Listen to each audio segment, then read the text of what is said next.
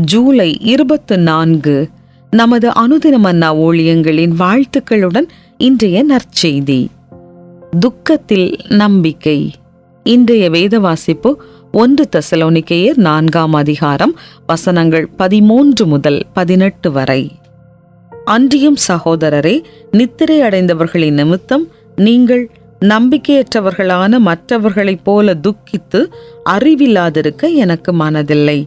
இயேசுவானவர் மரித்து பின்பு எழுந்திருந்தார் என்று விசுவாசிக்கிறோமே. அப்படியே இயேசுவுக்குள் நித்திரை அடைந்தவர்களையும் தேவன் அவரோடே கூட கொண்டு வருவார். கர்த்தருடைய வார்த்தையை முன்னிட்டு நாங்கள் உங்களுக்கு சொல்லுகிறதாவது, கர்த்தருடைய வருகை மட்டும் உயிரோடு இருக்கும் நாம் நித்திரை அடைந்தவர்களுக்கு முந்திக் கொள்வதில்லை. ஏனெனில் கர்த்தர் தாமே ஆரவாரத்தோடும் பிரதான தூதனுடைய சத்தத்தோடும் தேவ எக்காலத்தோடும் வானத்திலிருந்து இறங்கி வருவார். அப்பொழுது கிறிஸ்துவுக்குள் மரித்தவர்கள் முதலாவது எழுந்திருப்பார்கள். பின்பு உயிரோடு இருக்கும் நாமும் கர்த்தருக்கு எதிர்கொண்டு போக மேகங்கள் மேல் அவர்களோடு கூட ஆகாயத்தில் எடுத்து கொள்ளப்பட்டு இவ்விதமாய் எப்பொழுதும் கர்த்தருடனே கூட இருப்போம்.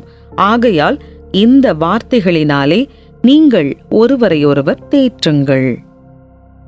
குறிப்பு வசனம்: நீங்கள் நம்பிக்கையற்றவர்களான மற்றவர்களைப் போல துக்கித்து அறிவில்லாதிருக்க எனக்கு மனதில்லை. 1 தெசலோனிக்கேயர் 4ஆம் அதிகாரம் 13ஆம் வசனம். லூயிஸ் ஒரு கலகலப்பான விளையாட்டுத்தனமான பெண் குழந்தை. அவள் சந்திக்கிற அனைவரிடமும் சிரித்த முகத்துடன் பழகுவாள்.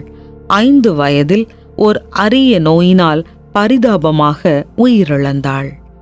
அவளுடைய திடீர் மரணம் அவளுடைய பெற்றோர் டேடேக்கும் பீட்டருக்கும் அவர்களுடன் பணிபுரிந்த எங்கள் அனைவருக்கும் அதிர்ச்சியாக இருந்தது. நாங்கள் அனைவரும் வருந்தினோம். ஆனால் அவளுடைய பெற்றோர் டேடேயும் பீட்டரும் அதை கடந்து செல்வதற்கான வலிமையை கண்டு கொண்டனர்.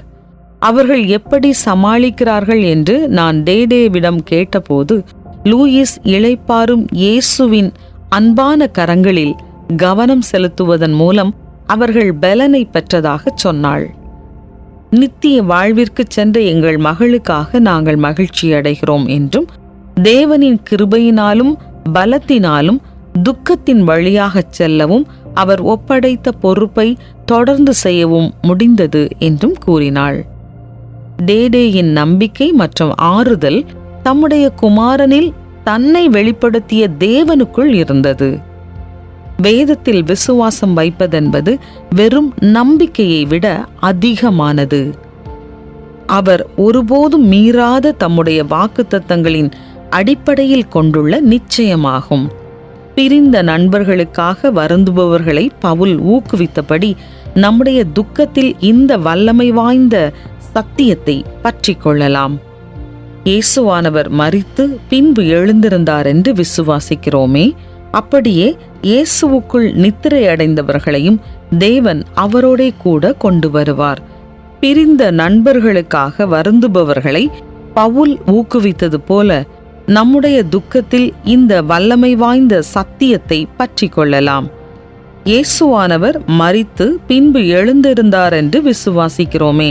அப்படியே இயேசுவுக்குள் நித்திரை அடைந்தவர்களையும் தேவன் அவரோடே கூட கொண்டு வருவார் என்ற உறுதியான நம்பிக்கை நமது துக்கத்திலும் இன்று நமக்கு பலத்தையும் ஆறுதலையும் தரட்டும்.